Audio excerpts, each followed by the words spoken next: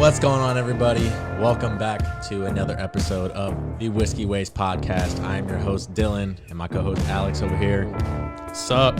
So, this is now episode 10. I don't know what this is, but this is episode 10, and it's a special one because today... changed our name to Tequila Waste in honor of Cinco de Mayo. Yeah, only for today, Tequila Waste. But yeah, I mean, this today was a very anticipated episode. We wanted to make sure we got Cinco de Mayo in. Hell yeah, Cinco de Drinko. To celebrate in these harsh times right now with this pandemic.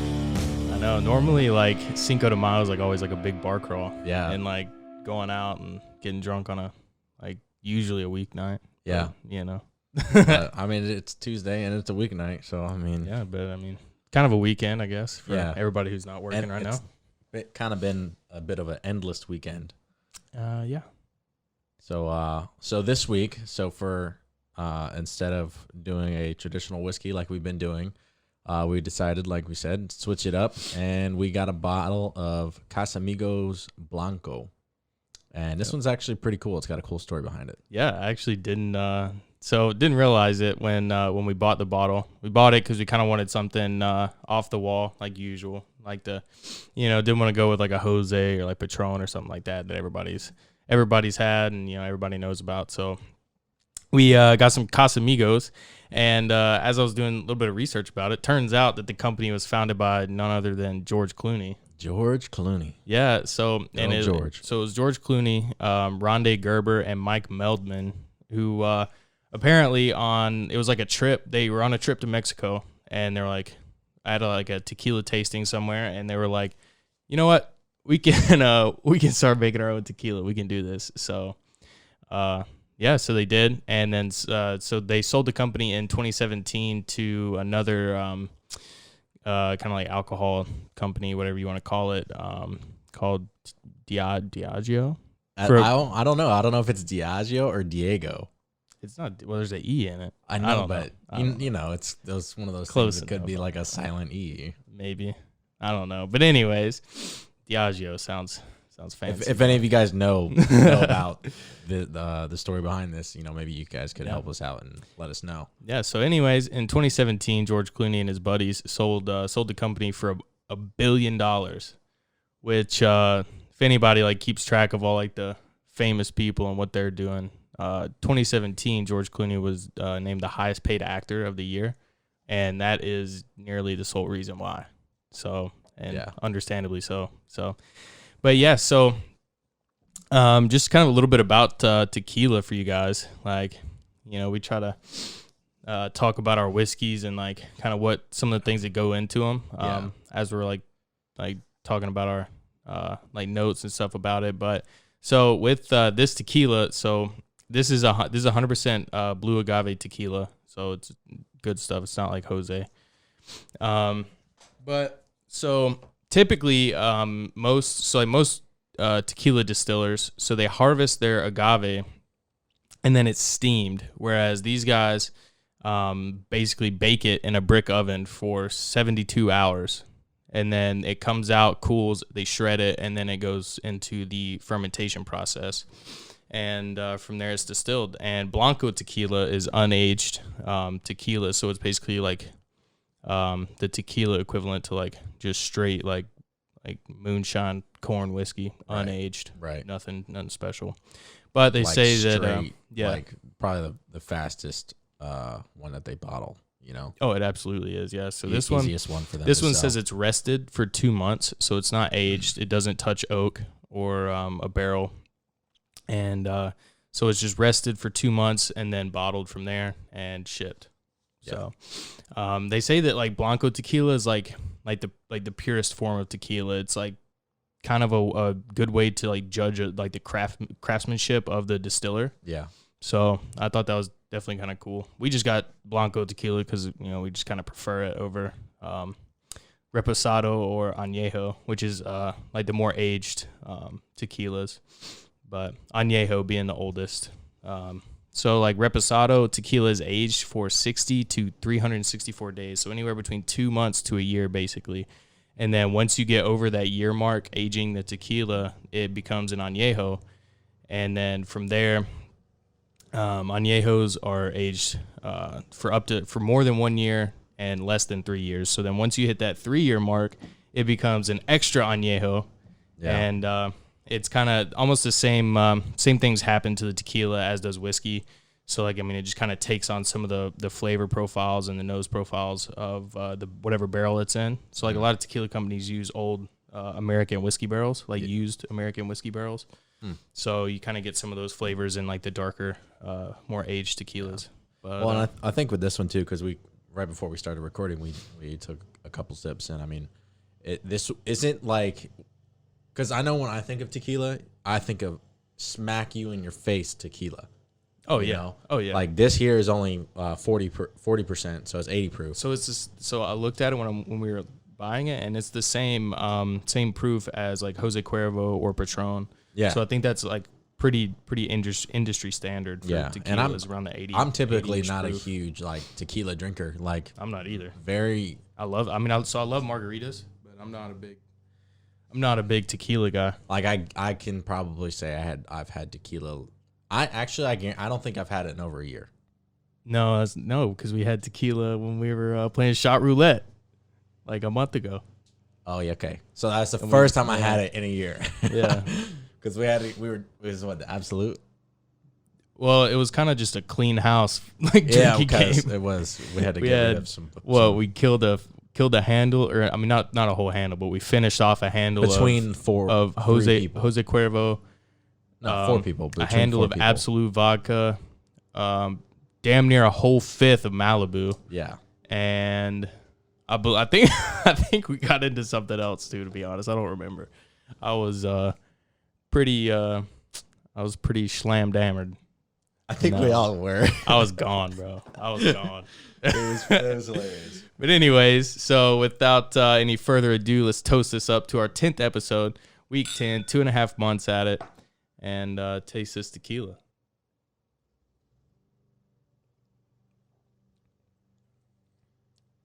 That is, bro, this is probably the best tequila I've ever had, to be honest. Yeah, I'm not like, I mean, I haven't had like a whole like array of different tequilas, but yeah, I mean, I've had the basics. I've had, all the Jose's, Patrons. Yeah. Probably not all the Patrons, but I mean, I've had a good bit of them, like the silvers, like the añejos, the reposados. I mean, I've had, my good share of tequila, and this is damn near one of the best. Yeah, it's like mellow I said, for it's tequila. I was going to say it's very smooth, it's not like, when you nose it, it's not like one of those that burns your nostrils whenever you take a whiff. It's just very nice. It's easy to drink, and I'm not a big tequila drinker. Yeah, so they say on the bottle it says notes of a smooth vanilla finish, and like kind of after you get that first sip, you definitely you can definitely pick out a lot more of the vanilla on your nose. Yeah, you can definitely. It's heavy. It's heavy on the vanilla, like the kind of like the afterburn. Like it's just like really the agave is really what makes smooth it makes it sweet too, right? Which is nice. The agave sugars. Yeah, it's not like you just drinking pure like gasoline. That shit is gas. I've been waiting for it. No, this is good though. And if you haven't noticed, we got some new glasses. Yep. They came in the mail about 15 minutes ago. Yeah. So I'm over here on my computer. He walks in and he's like, "Hell yeah!" And I like glance over. I'm like, "Oh shit!" Yeah. But yeah, I kind of hate that we couldn't use these the first time with some whiskey. But yeah, we broke it in with some tequila. It was really just the excitement of getting them. Okay, we'll finally just soak it in, like, we'll wash it with like soap and water for like 3 rounds or something. I don't know. Yeah, we'll figure it out. We'll get the tequila. And we also have.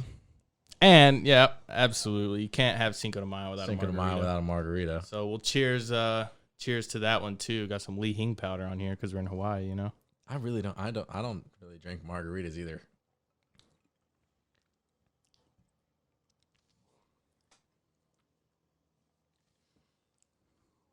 Is it stout or tart? Tart. God almighty. Yeah, it is tart. But a hefty amount of that. What is it? Finish it off. Li Hing powder. Yeah, you put a Yeah, it is. It's sweet. It's super. It's not the same. It tastes good. It's just like this. Yeah. It's like the sweetness of the margarita versus like the Li Hing powder, and it kind of hits. Yeah, and it's like it's good. It's good. It's good, but I Li Hing, I like it, but maybe I would just probably prefer just like regular lime salt. Lime salt, yeah. But it is good. Wow, I have to drink some more margaritas. I think it's kind of weak. I don't know. I don't drink margaritas that much. I can taste it. I like like this. So like citrus, like it kills the alcohol burn a little bit. So yeah, and like margaritas are super heavy on citrus, so you can put a lot of tequila in it without it actually being unbearable to drink. I should probably stir it. Did you put any in mine or no? Actually, no, I didn't. Okay. Do you want more? Yeah, I guess. You're gonna have to tell me when, because I put a lot in mine. Fuck. I got I would say probably like, you know me, I get 1 to carried 2 away. shots. Yeah. Okay. All right, that's about the same then. Cool. Yeah, I tend to get carried away when I'm topping off my drinks. That's my. That's a normal thing for you, man. Yeah, that's like my. And I wish we could show major them. shortcoming. But with the ice cubes that we got in here too, we tried something Oh, different. I know. Well, I actually have some. And they're crystal clear. Crystal clear. All right, Just toss that in. But yeah, that is a we're gonna keep that one a secret. You know, it's our. yeah. I've gotta come to the Whiskey Way. We didn't come up with it, but y'all are gonna have to work. Nobody. If y'all want to figure out how to make some clear ice, because it's not as easy as you think. It is not. I've tried. You know, Well, we've tried 4 or 5 several different ways. things. Yeah. Oh, that's better. I'm gonna be drunk. I'm gonna be drunk after this. Yeah. Okay. Well. Yeah. So. Hair standing up now. Okay. So. Since we're doing like this Cinco de Mayo episode, we thought it would be fitting for us to kind of talk about why people celebrate Cinco de Mayo. If you don't already know. So originally, and in Mexico, Cinco de Mayo is the 5th day in May, obviously. And it's a holiday that celebrates the date of the Mexican army's victory over France at the Battle of Puebla during the Franco-Mexican War in 1862.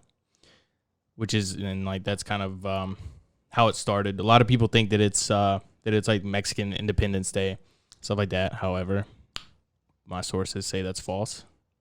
But yeah, so in America, Cinco de Mayo is really just a big celebration of Mexican culture and Mexican heritage, and all the lovely Mexican food that we all know and love. I love me some Mexican food. Oh, I do too, bro.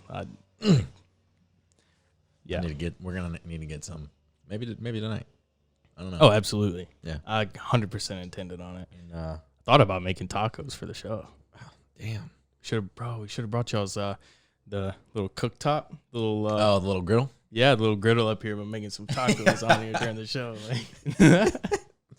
Get you a little sombrero and a little. I know, bro. I thought about it. I should have hit up our boy. Mustaches. Should have remember Halloween, our boy. Yeah. He shows up. Oh my god. Yeah. Big ass sombrero. What was it? Penciled on. Hey, shout out Socket. Yes. Oh my god. All right, so we got something a little different as far as the topic goes for this week's episode. Decided to switch it up. I know we've been talking a little bit of like kind of serious topics as far as I feel like we've been gearing them towards a little bit kind of like self-development or self-improvement. Yeah. Would you say? Yeah, absolutely. Yeah. Isn't a bad thing, but everybody need to needs break up the seriousness. Yeah. Because, stuff kind of gets boring after a while. It a little bit. It kind of just, it's stuff that you can talk about. I feel like we were doing listen to, but it's like, I don't know. It's kind of like, what is it? What is it? Like when you talk about something too much, beating a dead horse. Oh yeah. Or that. Well, I mean, I wouldn't call it necessarily monotonous, but yeah. But yeah, I completely. We don't want to beat a dead horse. Yeah. So we decided to take a break, and we're gonna have some interesting questions typed up. Not only, so we're going to discuss them, but, if you guys hear anything, want to give us your opinion, of course, as always, hit us up. Yeah. Make sure you comment down below too. For each question or whichever question that maybe stands out to you and you kind of just want to put your 2 cents in there, go ahead, comment down below. And actually, there's going to be a fee from now on whenever you guys watch the videos. So I know like in the past videos, there hasn't really been a fee, but from now on, like if you click on our videos, you have to click the little like button that goes like this. You just click on it and it kind of helps us out, kind of helps get our name out there. We don't have this huge following yet, but yeah, we will. That's the fee. From now on, make sure you guys just do us a favor and click that little like button. We'd really appreciate it. Hell yeah. All right, well, so so I think these get a little bit more intensive as we go. Yeah. So like I read through them. Started them off kind of easy. So first one. So these are kind of some would you rather type things or like just other like opinion type questions, right? So the first one isn't really a would you rather, but so if you could live in any time period, what would it be and why? You want me to go first? Yeah, absolutely. Okay. Any time period. I honestly, dude, I didn't even know that you put this question in here, but I was thinking about this earlier today when I was watching Andy Frisella. Really? But I was thinking, I feel like either the 70s or the 80s. It's like, because it's not like too far back, like the 50s and 60s. Right. Or anything earlier than that, but it's not like, I feel like that's a perfect kind of like middle ground. And it was like the era of like when the internet, started to come out and phones were developed, technology was developing and things like that. And for me, I would like to know what it was like to be in that era that was just before that, just before everything came out, to experience like what it truly was like to be able to like get a hold of somebody or you know what I'm saying? Yeah. Like back then they had to, when did the phone, when was like cell phones really kind of took off? Yeah. And it was like when they really, really took off, I feel like it was like 2000s. Maybe like but the turn of the before century, that was just like landmine, late 90s, early 2000s. Landlines. It was like landlines and landmine. What the fuck? It was like landlines, like house phones, and like those like big ass like brick phones. Yeah, other than that, you had to like literally go see somebody if you wanted to talk to them. Yeah. So I feel like that would have been like a really cool time to kind of. It forces you to like actually socialize instead of remotely socializing. Yeah. I completely agree. So yeah, 70s or 80s. I'm gonna say 70s.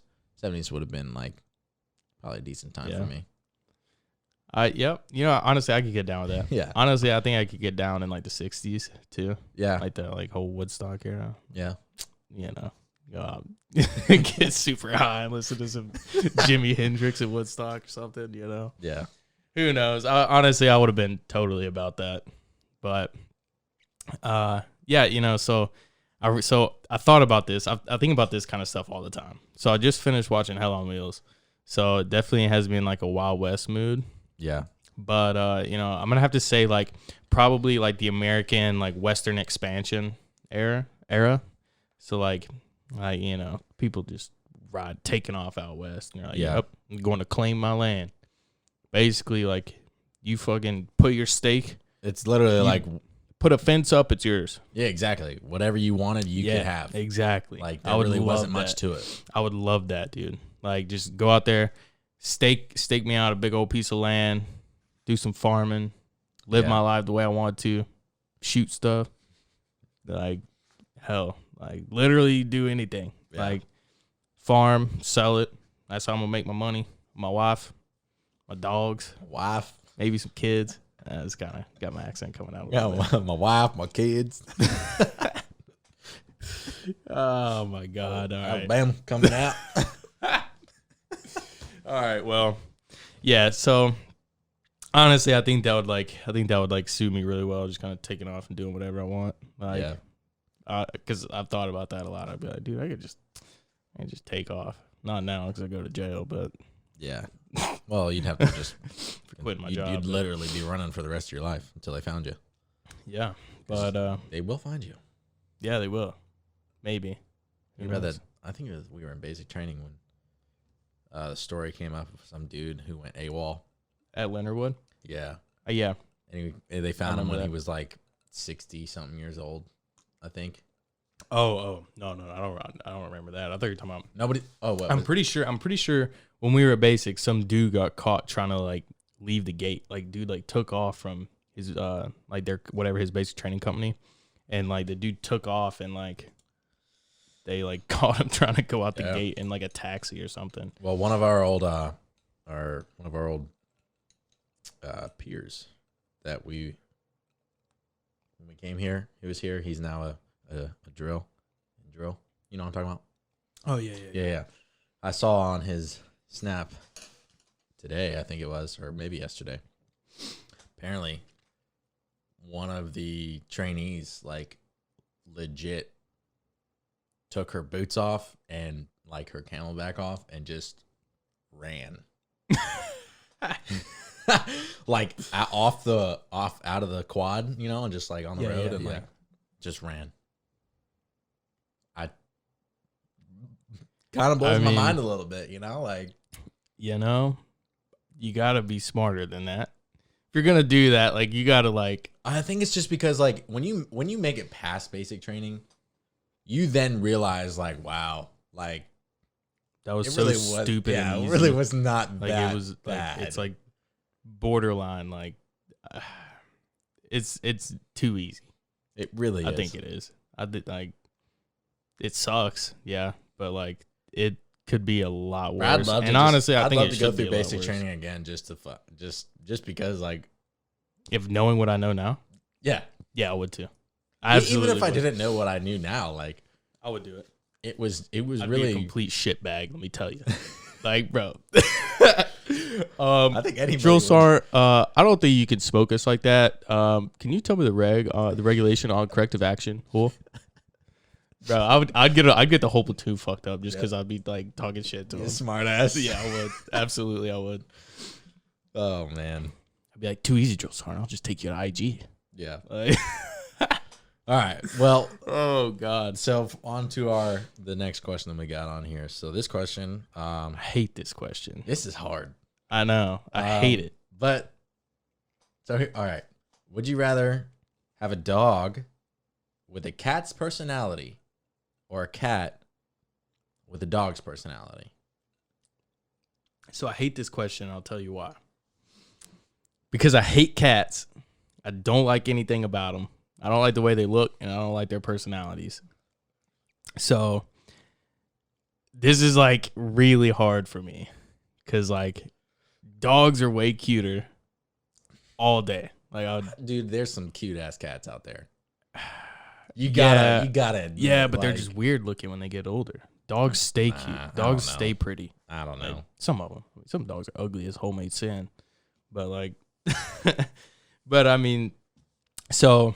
But cats have like the most like vindictive, like just evil looking personality I've ever seen. Like they're you just haven't found, met the right cat yet. I've never met a good one in 23 years. So I think my chances of that are wearing pretty thin. Don't give up yet, man. You'll find the right cat. You know what? I'll talk to Bree. I'll tell Bree, babe, we're going to get a cat when we leave. We'll see what she says about that. But yeah, so, I thought about it, and like a dog with a cat's personality, like he would just be a douche. Like he would just like basically just be an asshole. But he'd be really cute. Because it's a dog. I know. He's super, super cuddly. Yeah, and then he like tries to like attack you. But cats have like these like feeble, like white, like light, super light, weird bodies. Besides like big cats, but I mean, I guess we're not really talking about the whole Joe Exotic thing here. But yeah, okay. I I was mean, gonna say big cats. You gotta kind of elaborate on that because like, I would rather have a dog with a cat's personality. I guess he'd be an asshole, but like you could still play with him and stuff. Cats, they have claws. So where are you drawing the line though with the personality? Where do you draw the line? What do you between like like a dog and a cat personality? Like what? Yeah, I'm saying like how much of the dog or how much of the cat's personality is in the dog? You know, so I think for the sake of this question, I'm thinking 100%. It's literally a dog body with like a cat mind, a cat brain.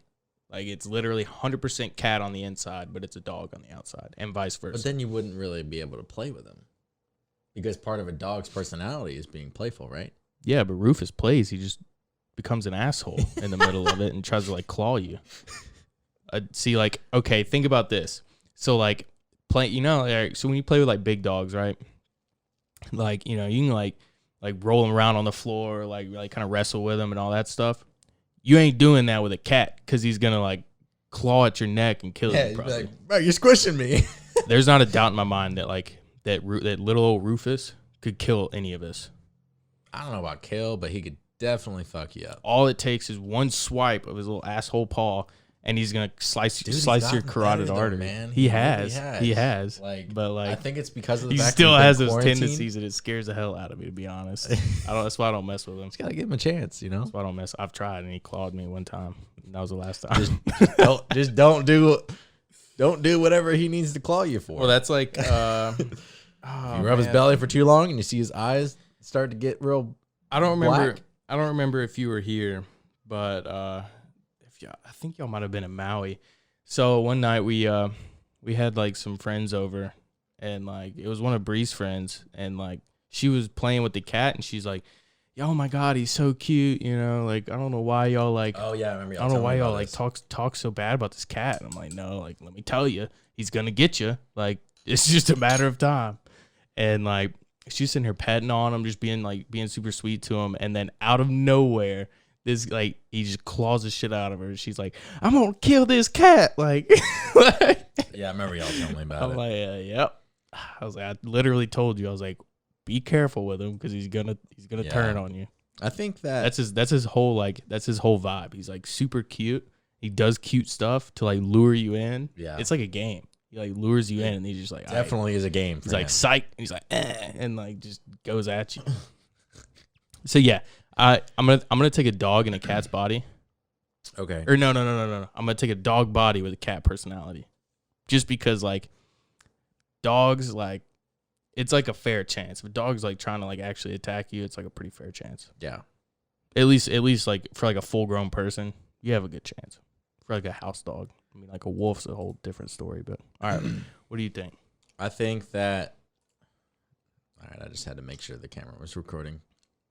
But anyways, would I rather have a dog with a cat's personality or a cat with a dog's personality?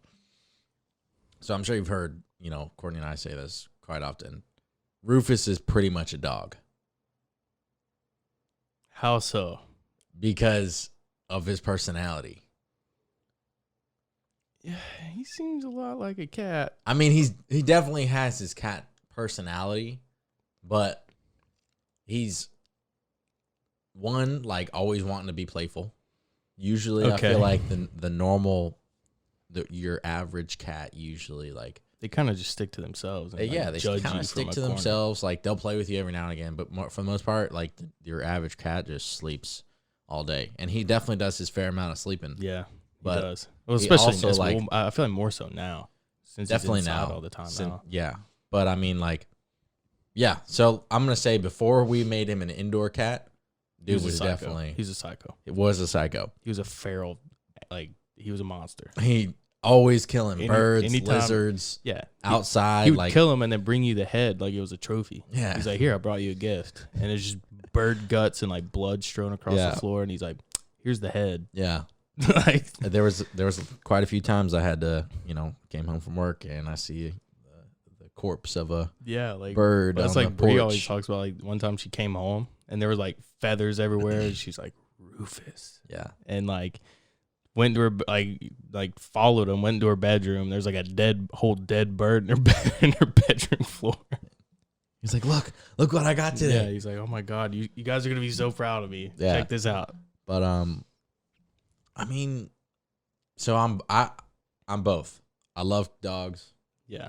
And cats have grown on me, especially Rufus. Since you've Rufus been like living with a cat. yeah, basically. you know. Yeah. Rufus has grown on me a lot, and you know, it is definitely like super cute when you just like walking on him like racked out, like in the most unorthodox position. Okay, ever. I'll give you that. He's cute from a distance. I don't trust him enough to get like that close to him. See, so I've been able to like I've learned that, you know, the do's and don'ts. And I'm gonna say the do's and don'ts of cats. I'm not just gonna say the do's and don'ts with Rufus. But first off, the telltale sign if you're about to get fucked up by the cat is the pupils. Yeah. Okay, when they go from like real thin, like normal, real thin, and then they get real round. All right, and he hasn't attacked you yet. I guarantee you, in the next half of a second, you're gonna get smacked, clawed, and fucked up.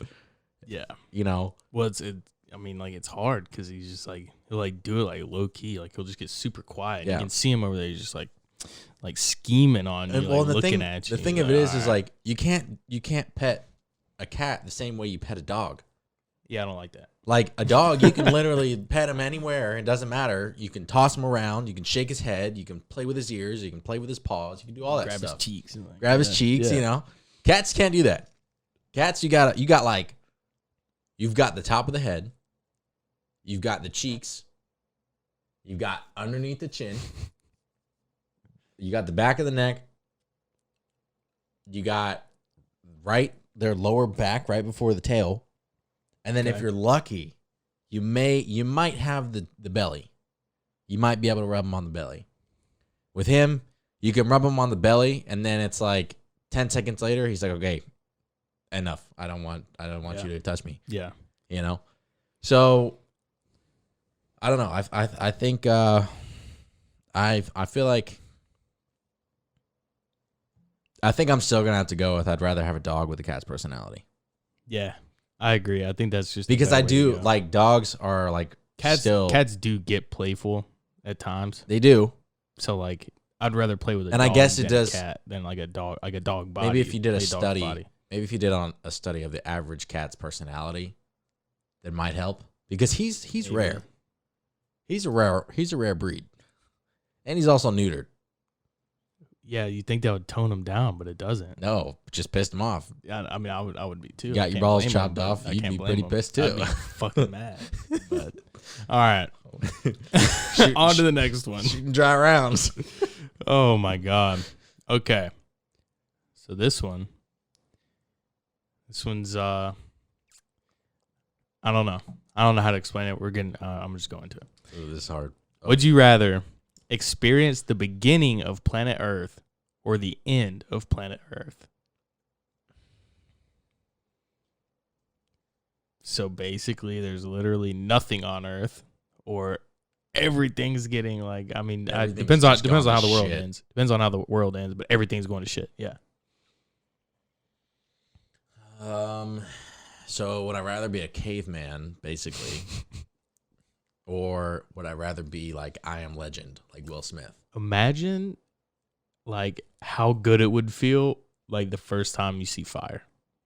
If you're like sitting there like freezing cold, and then one of your boys, like he's like I mean like caveman language is like, bro, I just figured this out. This fire's going on. It's pretty hot. It's cool. Like imagine like how lit you would be. Imagine like the party after that. It would be pretty cool. I think honestly, I feel like I would want to be, experience the beginning of planet Earth. Yeah. Because that, that's in the age of dinosaurs. Also true. Also you get to experience what a Tyrannosaurus looks like, or T-Rex, or what's the big ones with the long necks? The word Stegosaurus is sticking out of my mind, but I don't think that's it. think that's it. But I'd The want big I'd love to see herbivore-looking thing from the The Land Before Time. Eats the Like the trees. big like giraffe-looking one. What the Doesn't look like. I mean, it just has So a giraffe bad. neck. I don't know. I forget what it's called, but yeah. If you would have asked me this 15 years ago when I was like, I guarantee like I could've 7 told or you, 8, but I I could don't tell remember. you. I don't remember. Which But is kind of messed up, but yeah.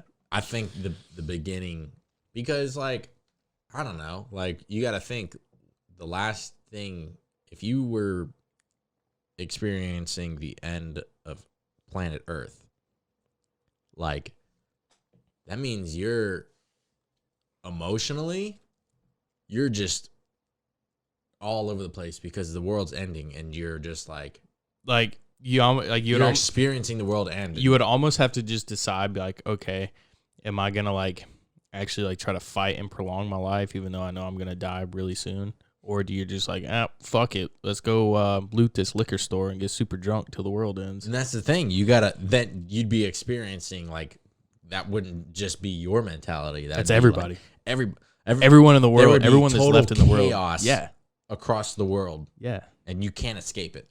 So, but then again, do you know that the world's ending? Well, that's what you have in here. So I guess. Well, yeah. The Well, end it of says planet Earth. the end of planet Earth. So like, I mean, hell, like the That's- world could end tomorrow, and I don't know about it. You know That's what I mean? true.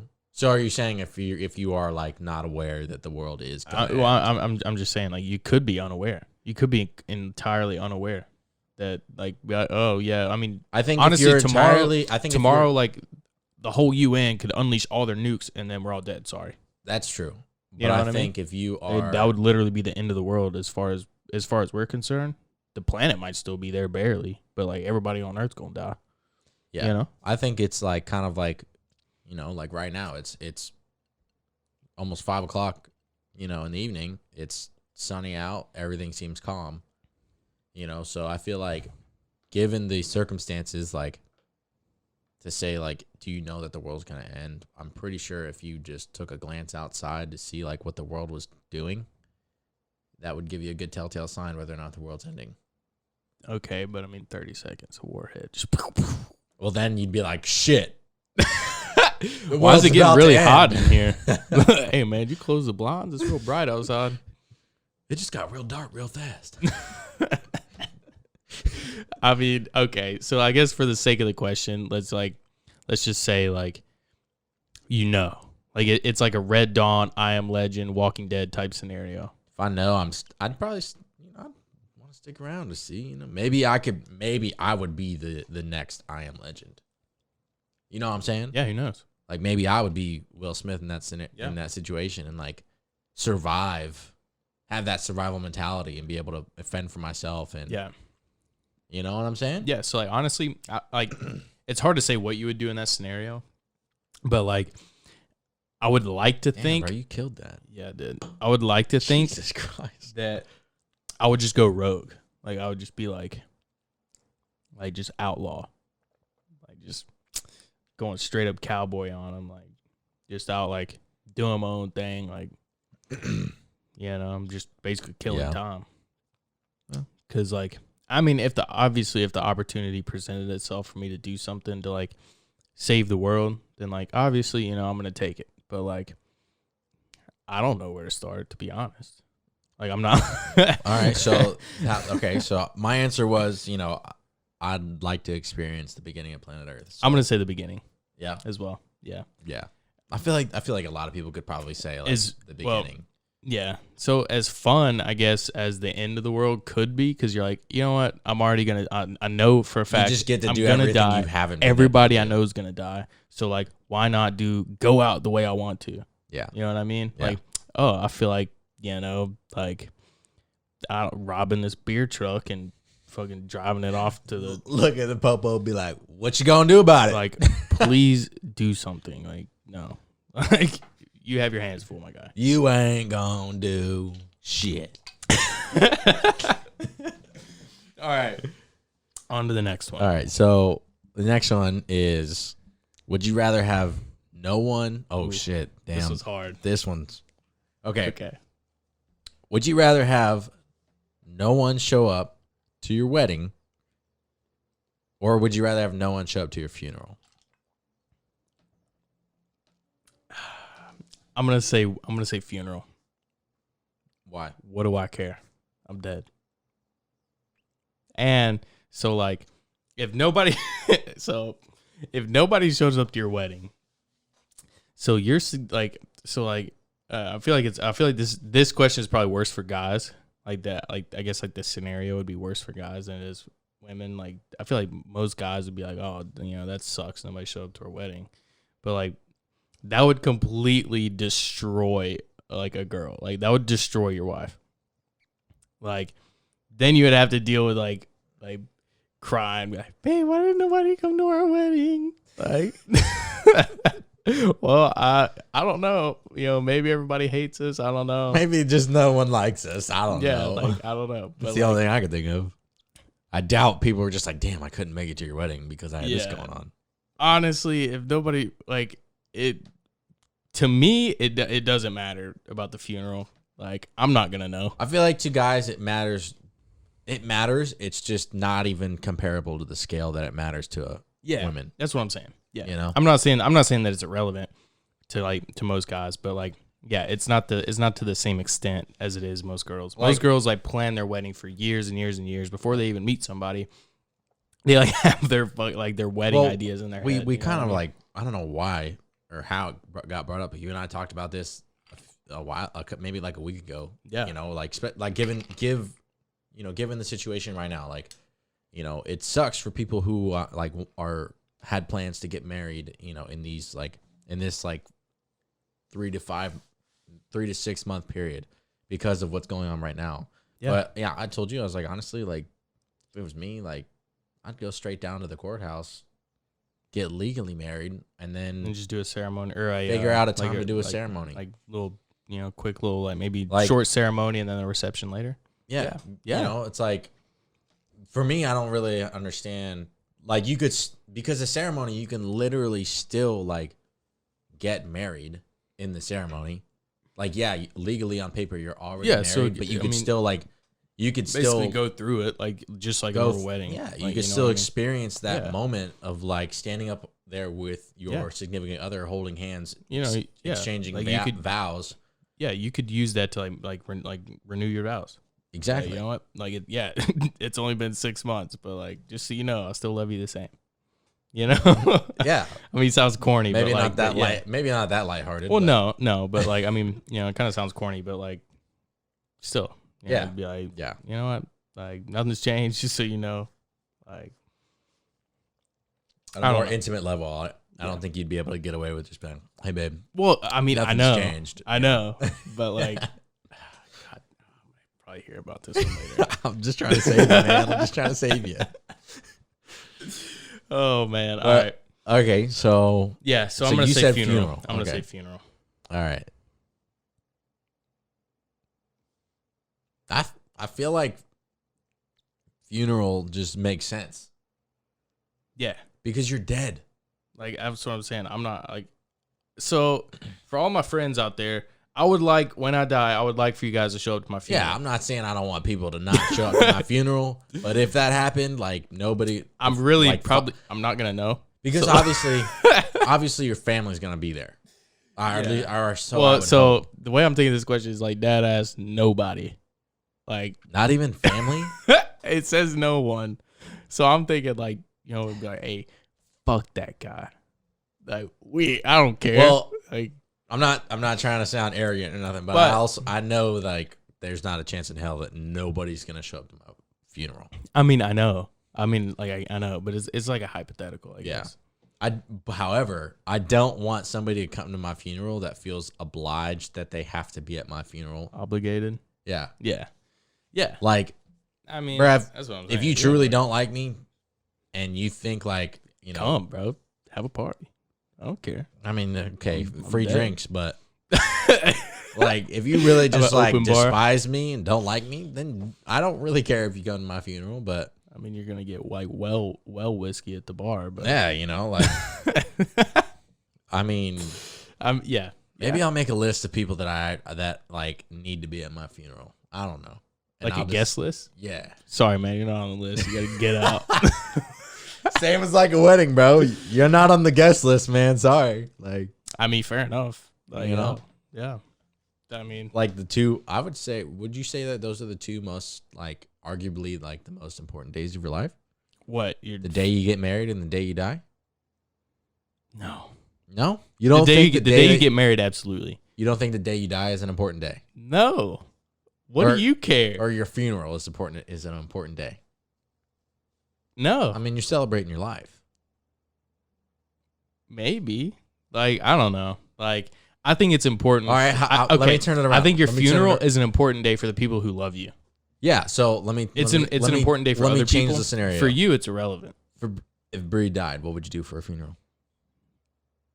I'd be a train wreck.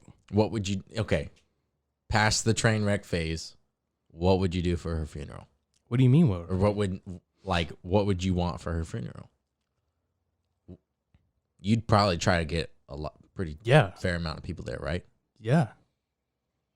To an extent, like I'm not like trying to have like 500 people there. I mean, I'm not gonna be like, yo, you need to show up to hey man her wedding, you know, hey man, or her funeral this weekend.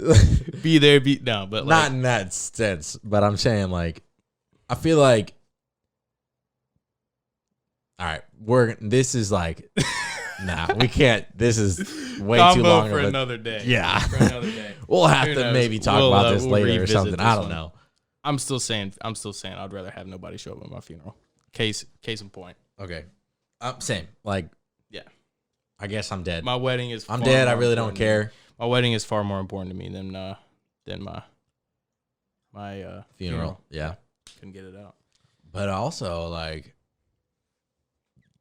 you could be up in heaven and be looking down and people getting lit at your funeral, bro, and you'd be like, hell yeah, you know. What the hell are they partying about? That's how I want them to party because I'm dead, you know, like are these people excited I'm dead or like what? Everybody's partying and they're crying their ass off like, why aren't you fucking people sad? Like, oh God. Oh man, I'm telling you, the military gave me my sense of humor. Yeah. Yeah, it's definitely it's taking a toll on mine. All right. On to the next one. Would you rather be a millionaire by winning the lottery or by working 100 hours a week and earning the money for yourself? 100 hours a week, man. That's a lot, dude. It's a lot, but the thing of it is like would you rather be a millionaire? I think that's limiting yourself because if you say millionaire by winning the lottery, you're limiting yourself to like the lottery's limit. You know what I'm saying? Like what the limit was at. Damn, dude. Yeah, so okay. So, but this says millionaire. Like, I get it. That's multiple. It could be multiple. Oh, what the hell? Okay. Multiple, like. Multiple. It could be multiple. It could be singular. Millions. Like it could be singular. It could be double. It could be triple digits. Like, but okay. So let's just say that goes for both. That goes for both options. Say it's like I don't know, $100 million. Would you rather get there by working 100 hours a week or by just winning the lottery? I feel like I honestly like I feel like I'd rather get there by working 100 hours a week because like when you're working those 100 hours of a week, like. That's you like putting in the time to know what is required to earn that money rather than scratching off a lottery ticket or playing the lottery and seeing what number, if your numbers match and being handed the money. Because I mean, yeah, like me, like if I was handed whatever the lottery is at, I know I would make the smart decision and take a fair amount of that money and invest it. But you give that to your average human being, I guarantee you that person's probably going to blow that money. Yeah.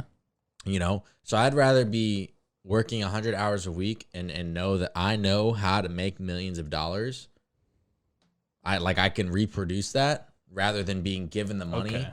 And then if you're smart, you'd probably get a financial advisor that tells you what to do with your money. But chances are, if someone would just showed up, hypothetically, that's kind of how you win, like what winning the lottery is like. It's just like, oh, hey, you just won $75 million. Yeah. Here you go. And of course, a portion of it's taxed, but still, I mean, here you go. It's still You're so hell of much, a lot more money you're than I so have much right now. more inclined to like go out and blow that money than you are as if you've been working your ass off for 100 hours a week on building something. That's a lot of damn work. It's a lot of work, but you got to think that I feel like it's a lot of work for longevity. Yeah. You know what I'm saying? Yeah. A lot of work that you're able to reproduce. You can't reproduce the lottery. True. Okay. That's me. I think you changed my mind. You just changed my mind with that one single point. Just the fact that like you have like the knowledge, and obviously however you did it, you're probably still doing it. So like, like you have that to reproduce that. Yeah. It's kind of like the saying that like changed that right there changed my mind. You can lead a horse to water, but you can't make him drink, Or you can teach a man how to you can take a man fishing and feed him for a day, but you can teach him how to fish and feed him for a lifetime. That's like the most fitting analogy you could have made. Exactly. Yeah. So I was gonna say I would rather win the lottery on the basis that 100 hours a week, not bi-weekly, weekly. Well, I think because the reason that's why more than double the amount of time you'd put into a full-time job. Well, if you that leaves you. So all right. So there's 168 hours in 7 days. Yeah, that leaves you 68 hours of not working. Downtime, however you want to spend that 68 hours a week. Yeah. That's like you have 9 hours a day to sleep, to do anything anything else you need to do. That's what was it? 7 times. So that's it's like 9 times 9 is some 56, right? What? 7 times 7 is 49. Yeah. So that'd be 7 days. So add like, a couple more hours to each day. Like that of downtime.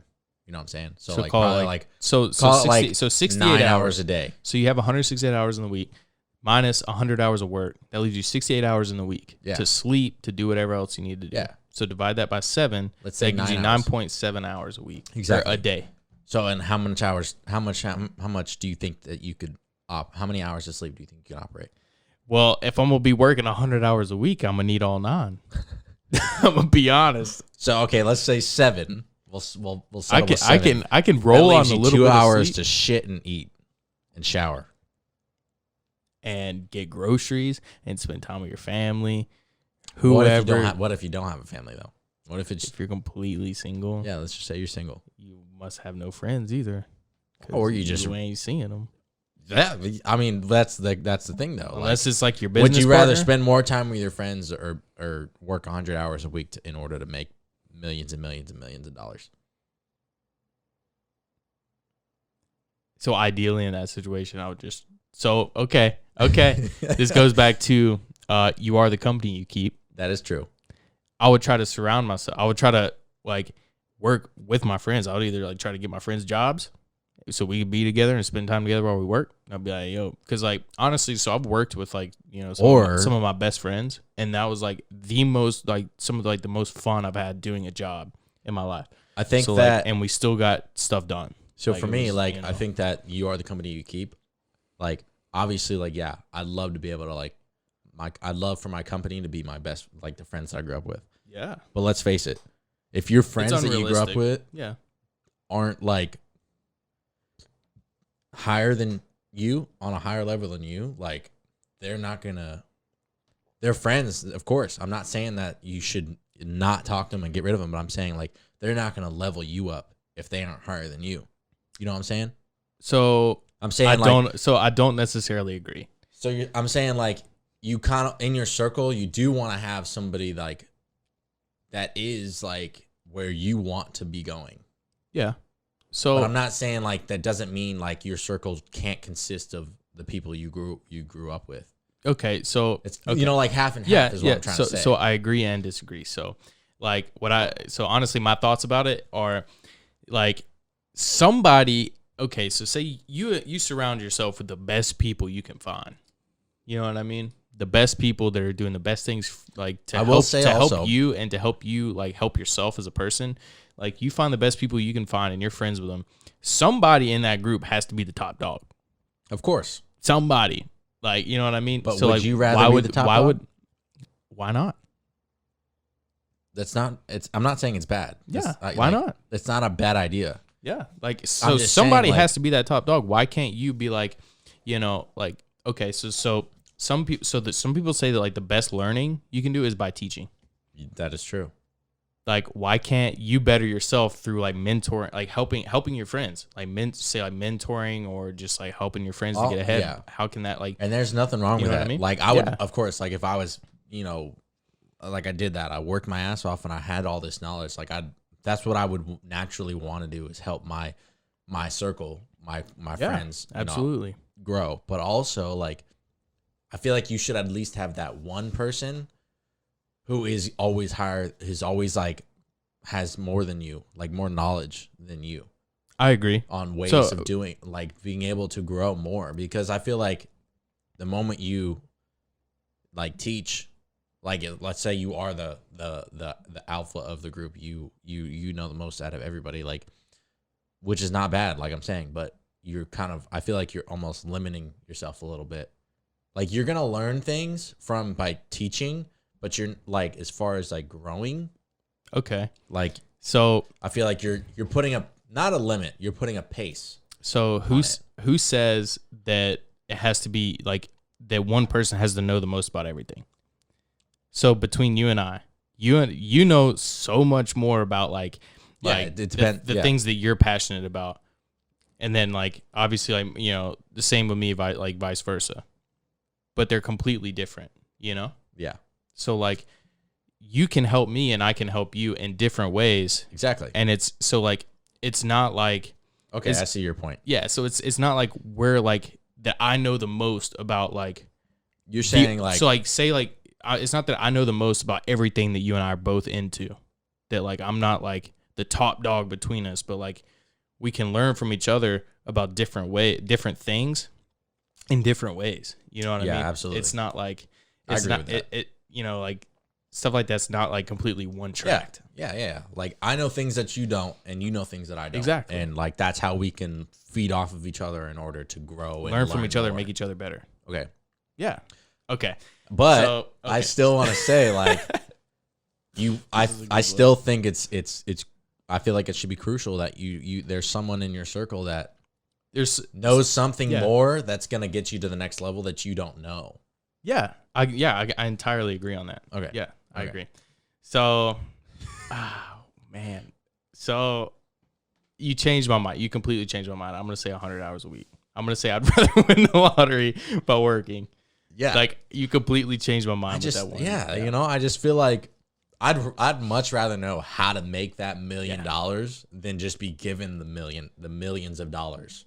Yeah. I just feel like that's much more valuable. Yeah, I was gonna argue with you, but like I fucked up letting you go first because you completely changed my mind right there.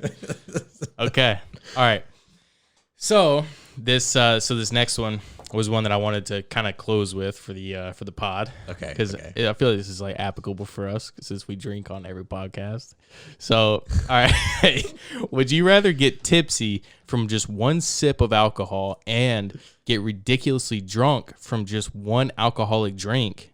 So like literally one drink, no matter how you take it, you're trashed. Like one drink, one Jack and Crown, or oh my God, I'm fucked up.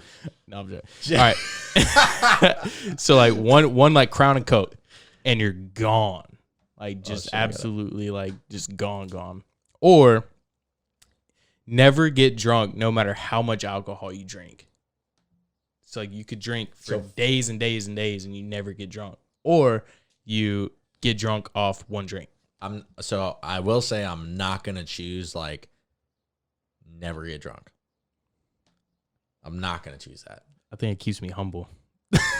I think that experiencing the feeling of being, whether it's tipsy or drunk, like it's that, similar to like dopamine effect. Yeah.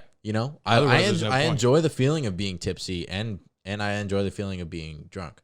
I don't enjoy the feeling of the next day. No. Not. Well, that depends on what you drink. It does depend on what you drink. But yeah. But I okay, agree. so I gotta read it. So, would you rather get tipsy from just one sip of alcohol or ridiculously drunk? And ridiculously drunk from one drink. Wait. So, would you rather get tipsy from just one sip of alcohol and ridiculously drunk? From one alcoholic, for like a whole drink. So like a sip, you're tipsy. A whole like this whole margarita, you're trashed, gone. Like, or would you rather never get drunk ever, no matter how much you drink? The first one. Yeah. Yeah, I'd rather get drunk. So okay. So first off, like before we go any further, I agree. Because if you never get drunk, there's no point. I feel like dude, some of the best stories are told because of this. My best stories are 100 every single one of my best stories are like, well, no, I'm not gonna say every single one, but like 90% of my best stories are from me being drunk with my friends. Imagine getting to 92 years old and you can just like you've been drinking your entire life and never felt a thing. Yeah. Like I'd much rather just get shit-faced, and it's worth the headache the next day. It is. It is. There's so many times for the memories. I will never be able to like. I would never be able to tell a story of me pissing on the carpet. if I was able to drink and never get drunk. All right. Well, I would have never brought that up on this show. Well, I already brought it up before. Yeah. Did you? Yeah. I think it was like the first or second episode. I don't know. That goes back to whatever episode we talked about the health benefits. Either way, I'm benefits. not ashamed of it. I'm not ashamed of the fact that I've done it. Drunk as fuck. I've done it. And pissed on the carpet. Let alone my girlfriend's carpet. And she still loves me to this day. So yeah. I mean, I've done it before. Granted, I was alone. There's so many things that we've done that like, I don't know. Like, I'm okay with sharing that story is what I'm trying to say. But. Yeah. So, yeah. So I'd love to like, I would 100% pick getting drunk versus never getting drunk no matter how much I drank. Getting drunk. Yeah. Yeah. I would definitely tend to agree there. Like, cause honestly, I think like without getting drunk, there's no point. Cause like, so like we did this whole whiskey waste thing because like we drink whiskey. We like it. Yeah. We like, personally, I like the way whiskey tastes, but I like the way it makes me feel. You know what I mean? If it's nice. If you take away the way it makes you feel, it doesn't taste as good. Yeah. It'd just be like drinking, it'd literally just be like drinking water. Yeah. So the one thing that I might actually drink without like the feeling would be Miller. Like Miller Lite. I don't know, man. Miller Lite, I'd like it's water.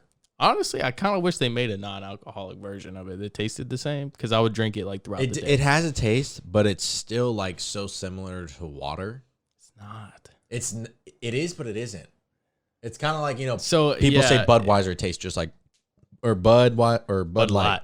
Yeah, not Budweiser, but Bud Light. Yeah. Tastes just like water, which it kind of does. It does. It tastes so. I've had Budweiser. I've had Miller. I've had Miller Lite. I've had Michelob. I've had Michelob Ultra. I mean, we've had all of it, but like, so okay, I'll give you. But also, so Miller Lite does taste watered down compared to like some like IPAs or like some like craft beer, some crazy stuff like that. But like I don't know, man. I think that I haven't had it in a while because I haven't been anywhere to like actually like drink the craft thing beer. with just beer in general is, and this is gonna sound,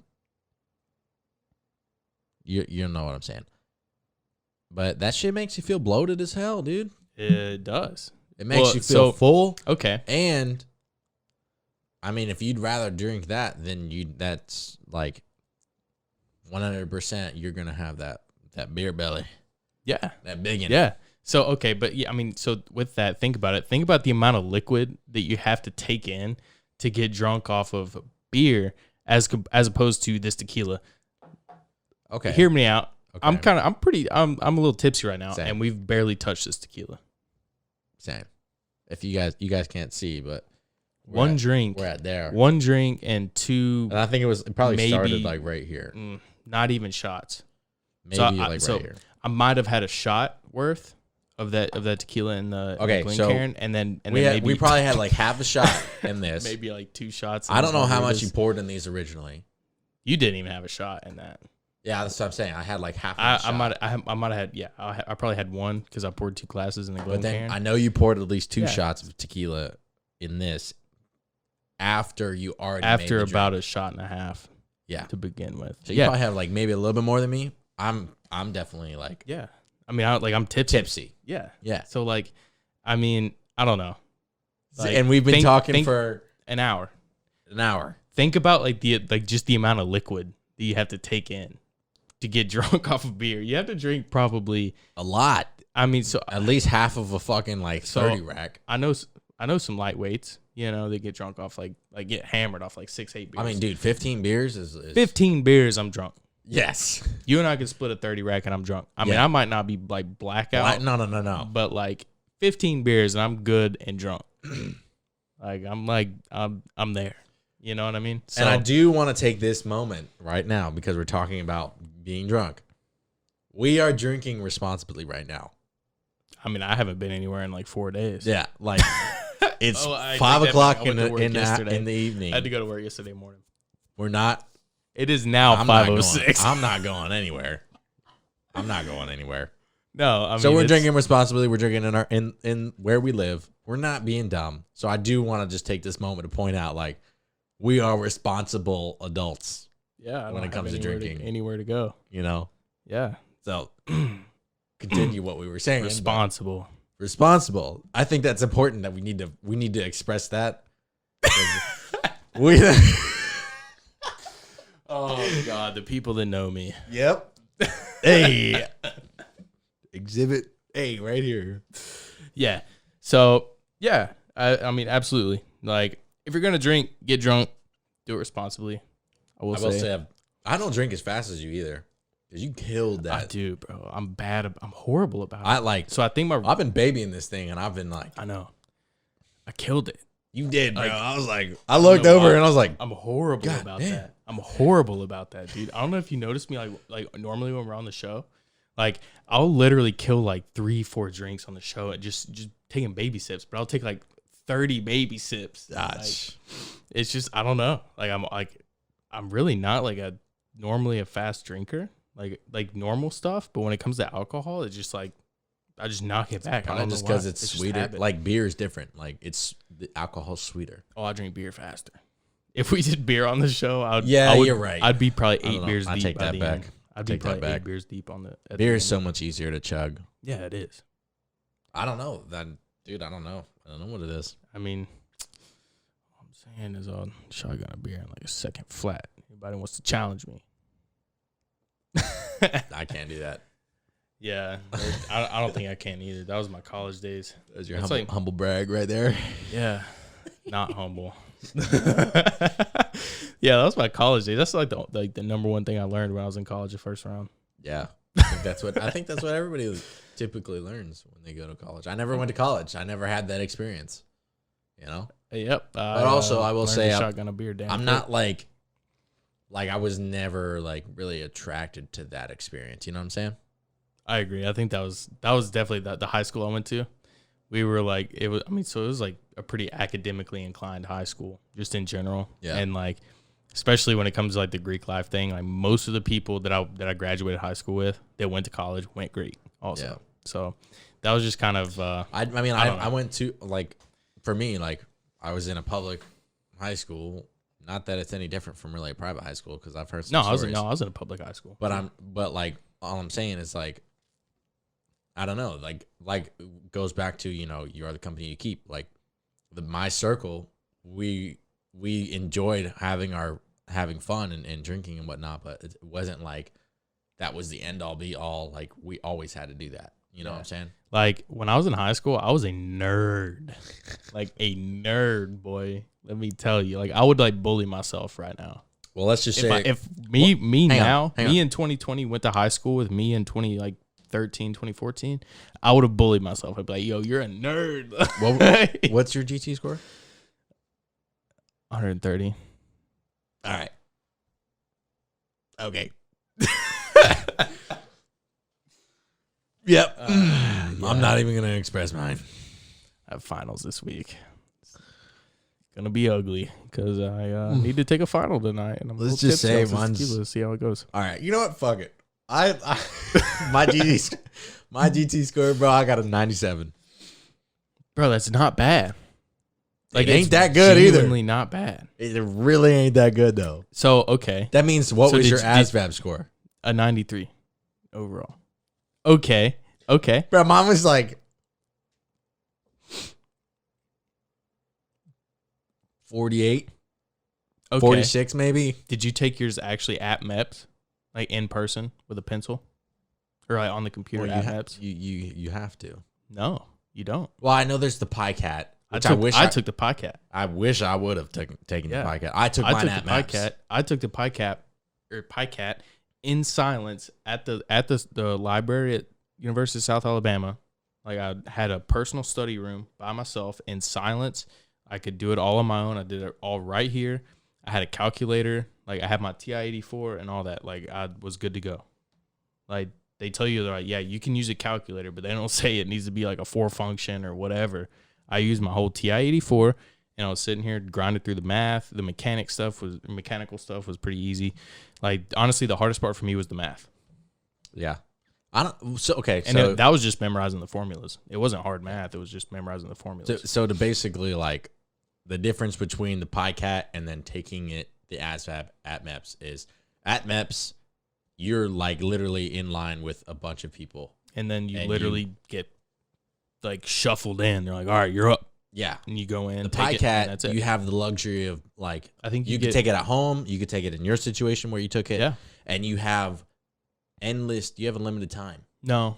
It was still timed for me. But so I think the PiCat is longer. Yeah, I know it's longer. I think it's longer. And you obviously have more time to do it. But so I think it's longer. And then, but like, you're not like stressed out. You don't have dudes like yelling at you beforehand. Dude, I woke up at like go over 4 there, a.m. get in line. I woke up at 4 a.m. Yeah, no. Like, had to be downstairs. I think by like 4:30, we ate breakfast and then got on a bus, rode to the MEP station, and then got put in the room. I don't remember what time it was in the morning, but I mean, got put in this freezing cold room, dude. Like, I was not prepared for that room to be that cold. Like, I was in jeans and a t-shirt and had goosebumps the entire time I was taking that test. I was freezing my ass off. Well, so I had to take some tests when I went to MEPS, and it was the same way. But they make sure that room is freaking, which I understand, because it's a room full of like 20-something computers, and that room gets hot. I would rather be a little bit chilly than to be like sweating my ass off while I'm taking the test. But I was freezing, dude, in that room. And I'm not trying to say that's the reason why I didn't score high enough. I'm just, granted, I took mine. It's a factor that goes into it. It makes you're uncomfortable. If you're it was 3.5 years after high school for me. Yeah. Well, with a lot of that knowledge that I had was gone. So mine was like a couple years after high school too, but obviously, like, I had been in college up until that point. I think I'd been out of college maybe 2 or 3 months when I took the PiCat. Yeah. And like, so I mean, it keeps your brain like going in that way. You know what I mean? Your brain's still in that mode, like you're like doing school. I went from all this stuff. I went from like high school straight to working in an electrical warehouse. Like, I still had to deal with like basic math, adding and subtracting stuff. Right, but you don't use all those formulas they make you memorize in never, school. Like, never once used any of the formulas I learned in high school. I know y equals mx plus b. Slope formula. Yeah. Which we deal with in our job now. So we have a little bit of like algebra. Rarely. A little bit of algebra. We use algebra just because we have to substitute letters for numbers sometimes. Yeah. But other than that, like, I didn't really work elementary with school much other than like adding and subtracting pretty much every single day while I worked in that warehouse for, almost 3 years. And then I went, when I made the decision that I wanted to go to the military, I ended up putting my 2 weeks in, and then I went and worked with my dad in construction and did just general labor work. So shoveling dirt, digging, pipeline trenches and shit like that. Yeah. Working with backhoes and excavators and shit like that. and I did that for 6 to 8 months, I think. And then I left, and then that's when I left for the military. Yeah. I mean, I don't know. It's like everybody's different. Is the bottom line. Everybody has a different way they ended up in the military, but there's other people that it's like scored higher and was out of high school longer than me and just had I guess a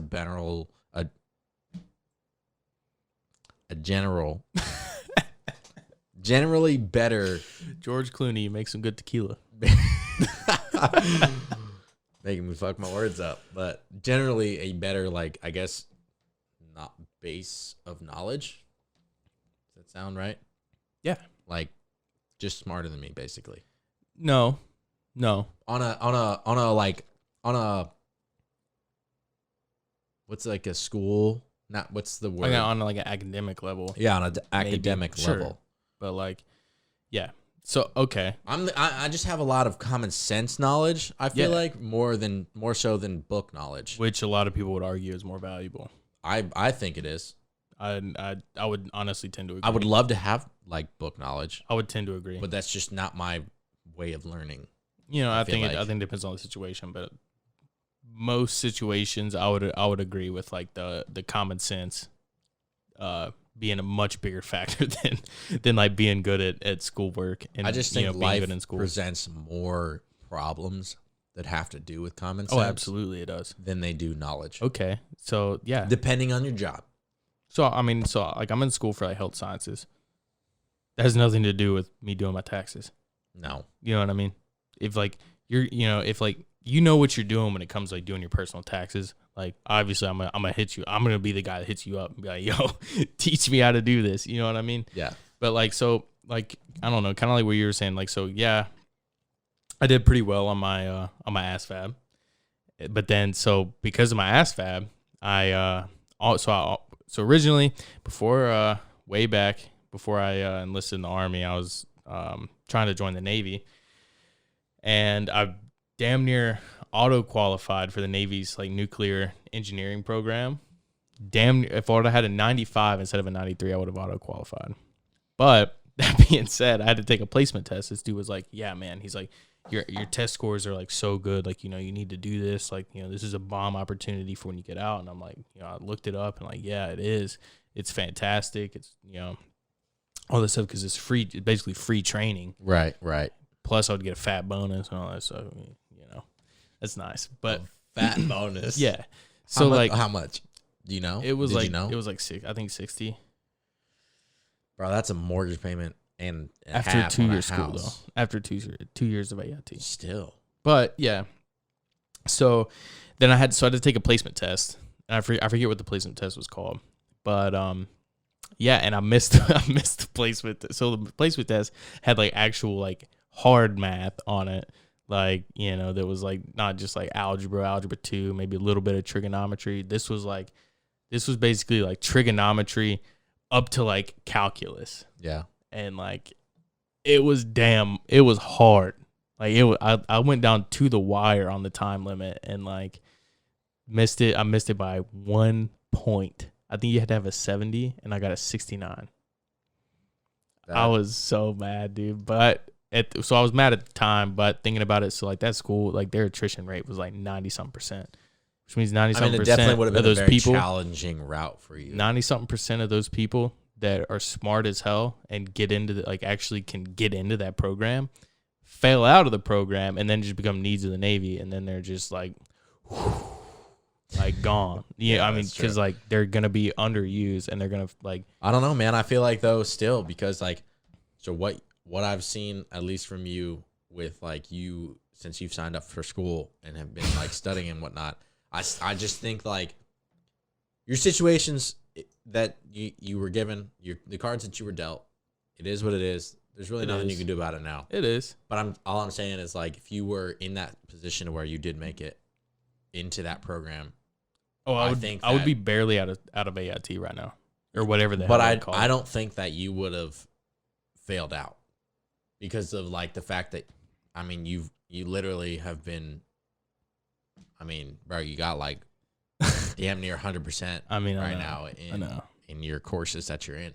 Yeah. You Yeah. know? I think But- that honestly, like, So, but that you being would have said, ended up making it. this is stuff that I'm good at. This is why this is my major program, is because this stuff I'm good at. I'm not good at physics. I'm not good at like chemistry. But you would have been and all that learning stuff. it, right?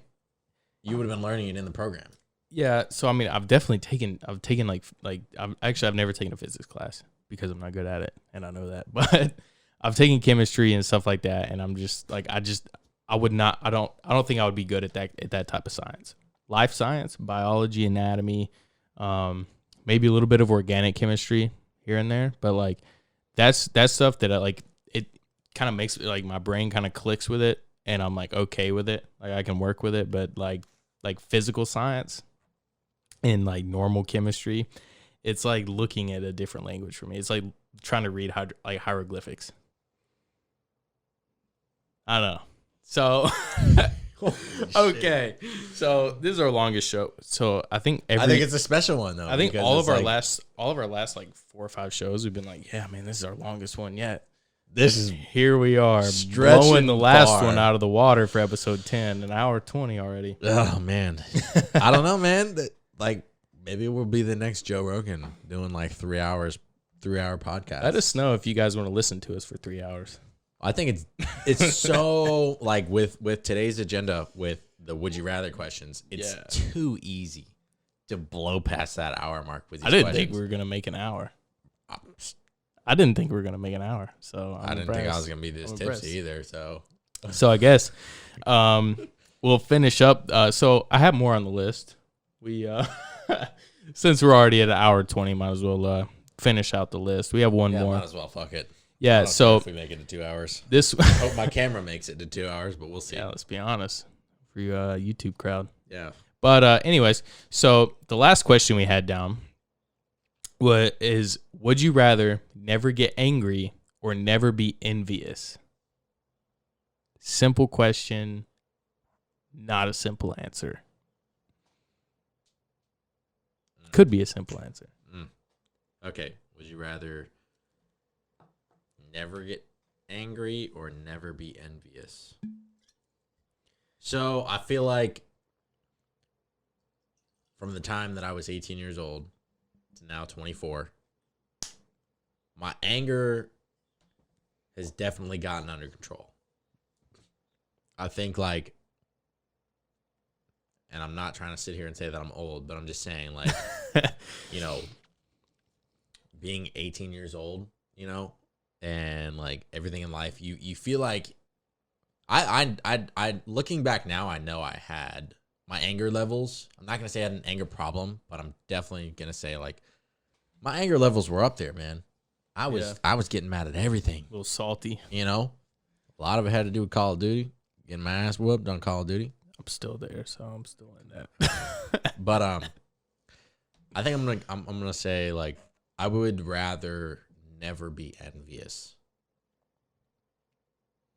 because I just feel like being envious of someone is a little bit cynical. You know, because I feel like being envious of somebody can lead to wishing bad upon someone. You know, you see people that like you just feel like, you know, how have they had this success? You know, how come they got this? How come they were benefited this? And in your eyes, you can never really see like, you know, what that person really has done to truly get to the level that they've gotten to make you envious of them. Okay. You know? Yeah.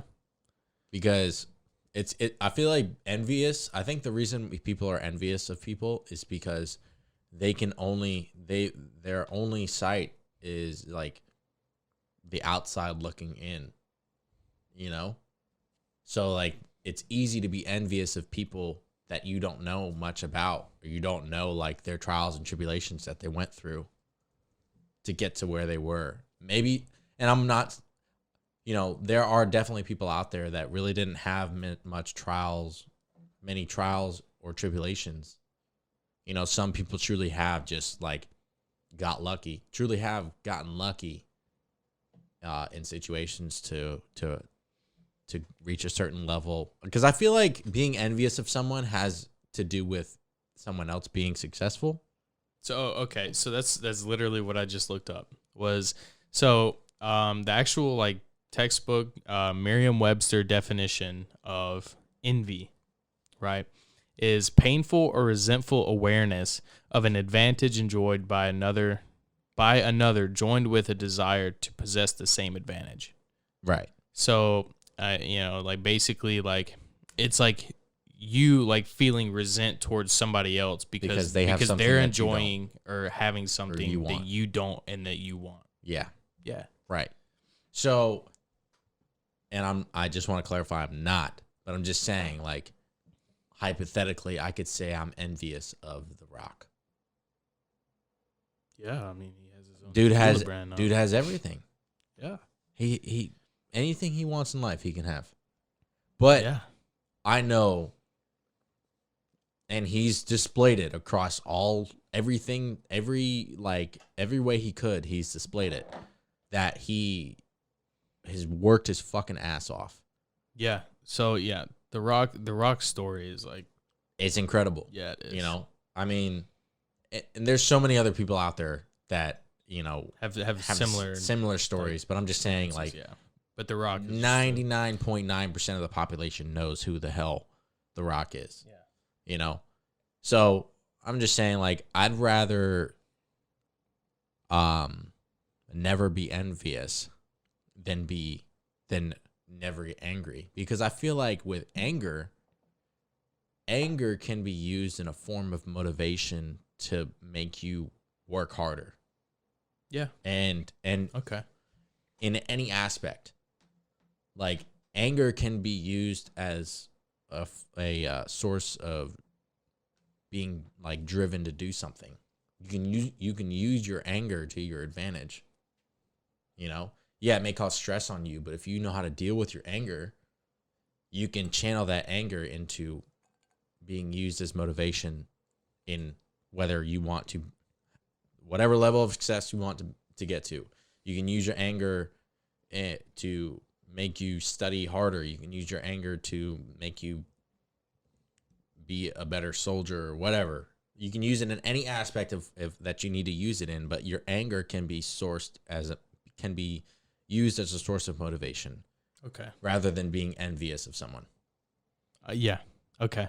I completely agree. Yeah. Like, I tried to word that as best as I could with me being as tipsy as I am. Yeah, no, honestly, I completely agree. Like, so for me personally, I'm really not like an angry person. I don't get like, you know, like angry that often. And it kind of takes a little bit to kind of push me to that point. That being said, I do get salty a little bit. You know, I wouldn't call it angry or anger, but like I do. I mean, I get pretty salty and like irritated with things sometimes. But I think for the most part, like I really, you know, I wouldn't classify that as anger, and I wouldn't classify myself as an angry person. So that being said, I'm definitely going to lead towards like never being envious, and really for the same reasons that you said. Like, you know, I don't know, like I feel like envy is one of those things that like you kind of I don't know, like you can turn that into something good, you know? Like you can use that as motivation, but you can also use anger as motivation too. Right. You know? Like I don't know. I feel like maybe it's easier to use anger as motivation. It is, because, yeah, I've noticed that when I get like really irritated about something, it really motivates me to like, you know, I'd be like whatever it was, you know what, fuck that. You know, I'm going to grind, do my thing, and I'm going to be like, say, like, all right, I'm going to be better. Yeah. I'm going to be better at this than whatever I'm mad about, you know? Yeah. But also envy, to an extent, does the same thing. And honestly, I think envy sometimes causes anger. I think envy can translate to anger by itself. So, you know. Yeah, definitely. But I honestly, I think for the sake of the question, I'm just going to say never be envious. Like, yeah, 100%. Just because, like, envy is one of those things that, like, I feel like a lot of people kind of get down about subconsciously without actually, no, be like, without actually, like, consciously realizing, like, yo, like I'm super envious about whatever this is, you know. So I could say, and it'd be easy for me to say that I'm super envious of, you know, these dudes that have made it to the NFL. Yeah. These dudes are younger than I am. Dudes are getting like Lamar Jackson. I want to say he's 22 or 23 years old, and this man's making, hundreds of thousands of dollars. A lot more than me. Over $100,000 per game. Yeah, I'm absolutely. But I don't want to take away the fact that this, like, he's literally worked his ass off. Yeah. He worked way harder than I did when I was in high school. You know, I didn't work as hard as I should have in high school to make it to the next level, to make it to the collegiate level. And then I didn't work, because I was never there, but I didn't work as hard as in college. That would have made me get to the NFL. To that point, yeah. And that's on me. But that's solely on me. I also think that, like, with envy, you kind of have to, like, keep in check the fact that you have to be realistic. You do. You know, and that was something I didn't realize when I was younger. There's no way in holy hell that I'm going to go out, like, sorry about it, but there's no amount of work that's going to make me compete with Lamar Jackson. You know what I mean? Yeah. Like, because like, at that point, I can put in the same amount of work, and, like, yeah, I might be damn good, but I'm not competing with him. That dude is an athlete. You know what I mean? You have to kind of realize, like, your strengths. My strengths are not in athleticism. Yeah. Sorry about it. I feel like you need to realize what lane you need to stay in. Not necessarily. So not what lane you need to stay in, but, like, you need to realize the lane that has your strengths, and maybe that's, like, something that you should focus in on. Mm-hmm. Okay, yeah. So absolutely, like, you know, like, you might not be athletic at all, but, like, you can, you know, go to the gym and you can work on your, you know, like, say your athleticism. You can get that up. Yeah. Like, no, like, there's no reason that you can't, like, you know, get yourself in shape. You might not be at some competitive, like professional competitive level, but, like, there's no reason that you can't, like, you know, get, I mean, 100%. Be as in shape as you can be. Yeah. You know, but, like, I think that you should also, like, realize your strengths and realize where they lie and kind of focus in on that. Yeah. Which is why, like, I think, you know, so, like, my strengths so far in my life, you know, I've been, like, kind of academically, like, I've been pretty fortunate to, you know, like, be, like, you know, I had, like, a little bit of an academic scholarship to University of South Alabama, which I kind of, you know, we all know the story about that, but yeah, you know, I mean, I've had pretty good grades throughout school at all levels except for except for South, but yeah, I mean, you know, you kind of, it's just realizing your strengths, where your strengths lie, and playing on those strengths. You know what I mean? 100%. Like old Kenny Rogers said, you got to know when to hold them, know when to fold them, know when to walk away, and know when to run. You know what I mean? I like that. So, I mean, like, that song, I'm sorry about it. It seemed probably cliche, but, like, that song I, like, think about a lot, and it, like, I apply it to all kinds of stuff. Yeah. I'm like, you know what? Absolutely. I need to walk away. Well, check that. I need to run. Yeah. You know what I mean? Or, you know, be like, all right, you know, I think I have a decent hand, whatever I'm doing. You know, I'm going to hold on to it. I'm going to see where it goes. Yeah. I mean, I definitely believe in, like, obviously, like, being realistic and knowing, like you said, knowing when to walk away. Yeah. But I will say I also believe in, like, having heart. Yeah. You know? Yeah. And, like, again, we could go on with many stories of people having heart and, like, succeeding off of having solely just having seemingly the heart unsurmountable to keep going. Odds. Yeah. You know? But obviously, like, that is there's tons of stories, but it's also extremely rare. It is it's great to have the heart to keep driving, and it's I guess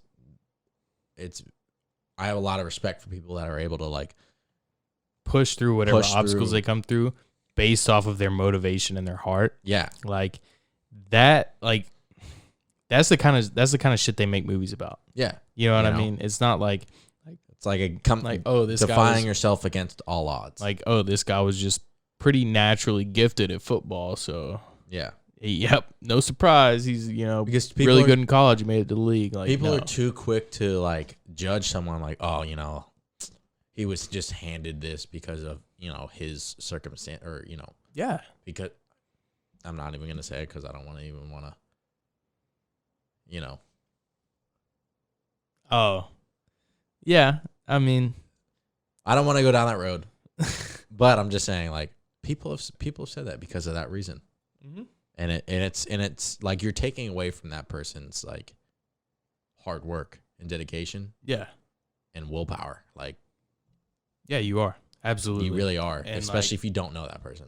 Yeah. I mean, I feel like a lot of people are really quick to jump to conclusions about people's circumstances, like especially successful people. And they're like, oh, like they were given this because of this, or they just had this opportunity because of this reason. Like, no, like more than likely they had that opportunity because they fought for it and they worked for it. And now here they are succeeding because they busted their ass for years and years and years.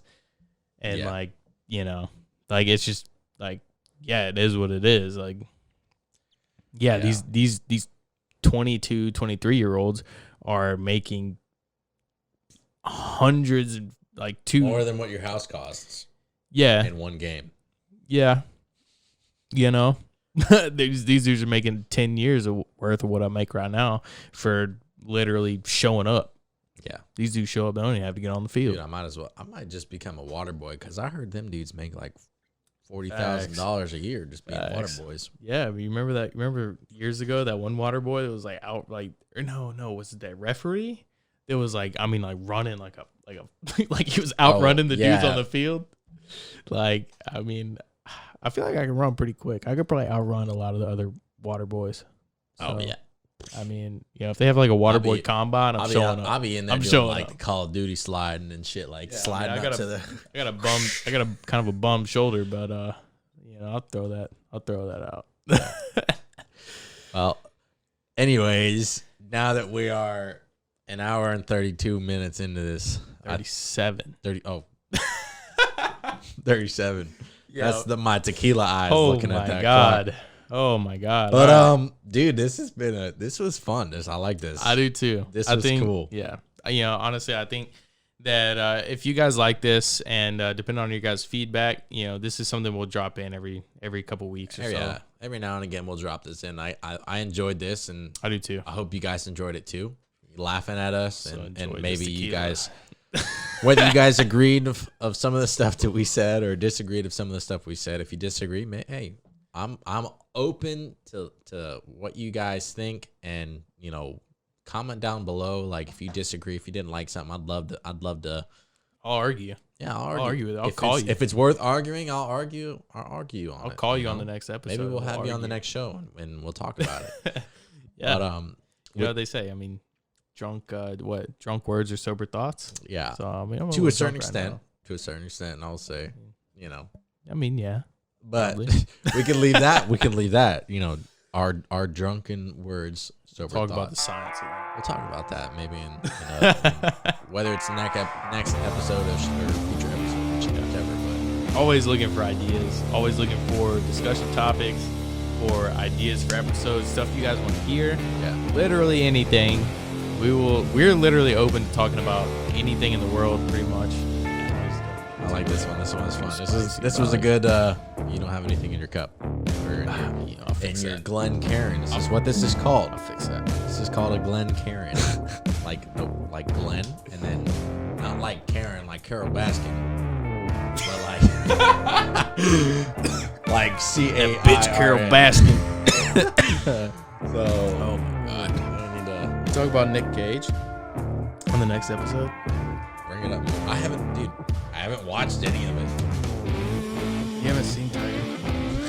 I haven't watched any of it, dude. So. Oh my god. All right. Well, with that, living in a cave. With that, cheers to episode 10 and Cinco de Mayo. And 10 more episodes. 10 more episodes. More than 10 more, I'll tell you. Hell yeah. I didn't kill that. But that was the whole point. With that, thank you guys for tuning in to episode 10 of the Whiskey Waste podcast. We greatly appreciate it. And like I said, there's a fee from now on. You have to click that like button when you watch our episodes. It takes 0.0001 of a second to Really just click that like button. You would greatly be doing us a huge favor, and we would definitely appreciate it. So, with that, you guys have a great evening. You guys have a great day, night, wherever you are in the world, wherever you're watching from. We appreciate you. We love you guys. And this is Whiskey Ways signing off of episode 10.